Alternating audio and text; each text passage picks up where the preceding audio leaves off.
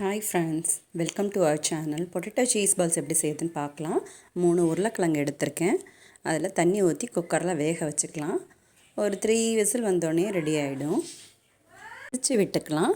மசிச்சு விட்டதுக்கப்புறம் நல்லா கையாலையும் பிணைஞ்சு விட்டுக்கலாம். அதுக்கப்புறம் பார்த்திங்கன்னா இந்த உருளைக்கிழங்கு மசியலில் நம்ம அரிசி மாவு போட்டுக்கலாம். அது ஒரு 1.5 ஸ்பூன் கிட்ட போட்டுக்கலாம். அரிசி மாவு பார்த்திங்கன்னா நல்லா கிறிஸ்பினஸ் கொடுக்கும், அதுக்காக சேர்த்துக்கிறோம். மைதா மாவு கூட சேர்த்துக்கலாம். ஆனால் மைதா மாவு போட்டு நம்ம டிப் பண்ண போகிறதுனால அரிசி மாவு ஃபஸ்ட்டு சேர்த்துக்கலாம். அரிசி மாவு ஒரு 1.5 ஸ்பூன் கிட்ட சேர்த்துக்கலாம். அதுக்கப்புறம் தேவைக்கேற்ற மிளகாத்தூள். நான் ஒரு 3 உருளைக்கிழங்குக்கு ஒரு 1.5 ஸ்பூன் மிளகாத்தூள் சேர்த்துருக்கேன்.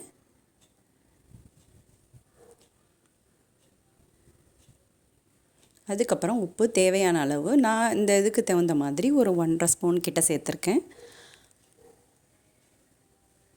தேவைக்கேற்ற மாதிரி சேர்த்துக்கோங்க, அவங்கவுங்க விருப்பம்.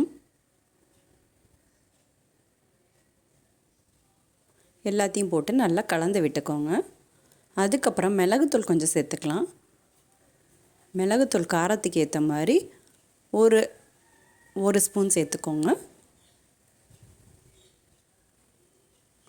மிளகுத்தூள் ஒரு தனி ஃப்ளேவர் கிடைக்கும், அதுக்காக நம்ம சேர்த்துக்கிறோம்.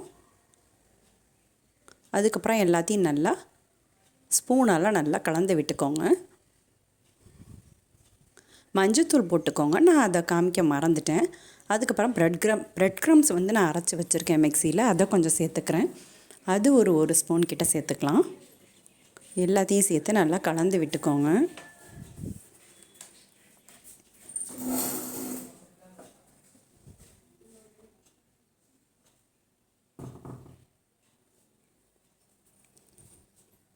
அதுக்கப்புறம் நல்லா கையால் மசிச்சு விட்டுக்கலாம். ஏன்னா பால்ஸ் பிடிக்கணும் இல்லையா, சீஸ் பால்ஸ் பிடிக்கணும் இல்லையா, அதனால் நல்லா கையால் மசிச்சு விட்டுக்கோங்க. நல்லா கட்டி இல்லாமல் பறிஞ்சு விட்டுக்கோங்க. அதுக்கப்புறம் நல்லா கையால் உருட்டிட்டு அதை கொஞ்சம் தட்டையாக்கிக்கோங்க இந்த மாதிரி. அதில் நடுவில் நான் சீஸ் கட் பண்ணி க்யூப் கட் பண்ணி வச்சுருக்கேன். அதை கொஞ்சம் உள்ளார வச்சு ரோல் பண்ணிக்கலாம். ரோல் பண்ணி ரவுண்டாக பால்ஸ் மாதிரி இது மாதிரி எடுத்து வச்சுக்கோங்க. சீஸ் வெளியில் தெரியாத மாதிரி ரோல் பண்ணி வச்சுக்கோங்க. அப்போ தான் நம்ம எண்ணெயில் போட்டு பொரிக்கும் போது சீஸ்லாம் வெளியில் வராமல் இருக்கும். உருட்டி வச்சுக்கோங்க. எல்லாத்தையும் நான் பால்ஸ் இருக்கிற சீஸ்க்கு தகுந்த மாதிரி பால்ஸ்லாம் உருட்டி வச்சுக்கிட்டேன்.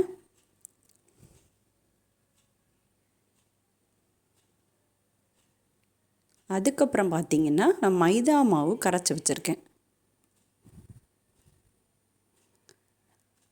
இன்னும் 2 உருண்டைகளை கூட நம்ம ரெடி பண்ணி எடுத்து வச்சுக்கலாம்.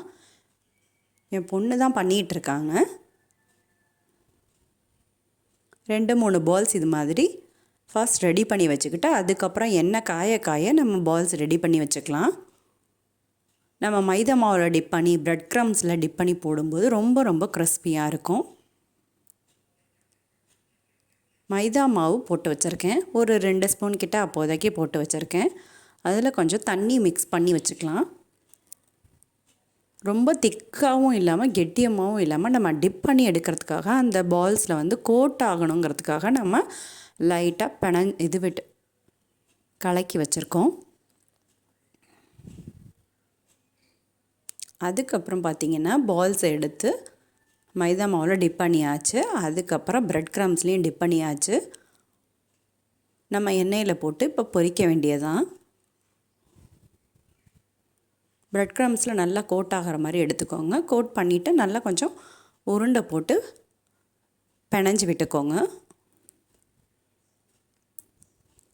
கொஞ்சம் நிறையாவே போட்டுக்கோங்க, நல்லா கிறிஸ்பினஸ் நமக்கு கிடைக்கும். ஓகேவா? அதுக்கப்புறம் நல்லா கையால் ரோல் பண்ணி விட்டுட்டு நம்ம ஆயிலில் போட்டுக்கலாம்.